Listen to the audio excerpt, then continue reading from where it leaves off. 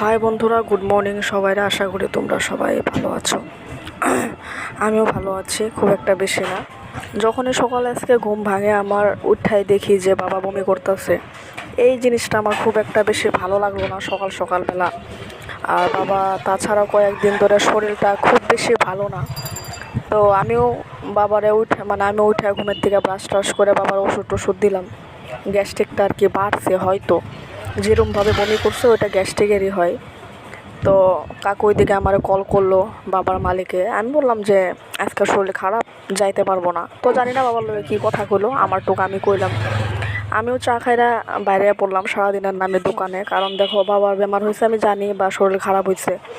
এখন বাবাও যদি বসে ঘরে, আমিও যদি ঘরে বসি, তাহলে তো হইব না। তো আমি দোকানে আয়া পড়লাম বাবা ঘরে।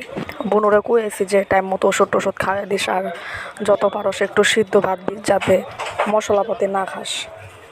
তো আমার দিনটা এরকম করে শুরু হয়, কিছু মানে নিত্য নতুন বেমার নিয়ে বা কখনো কখনো মন খারাপ নিয়ে, এরকমই চলতেছে বন্ধুরা।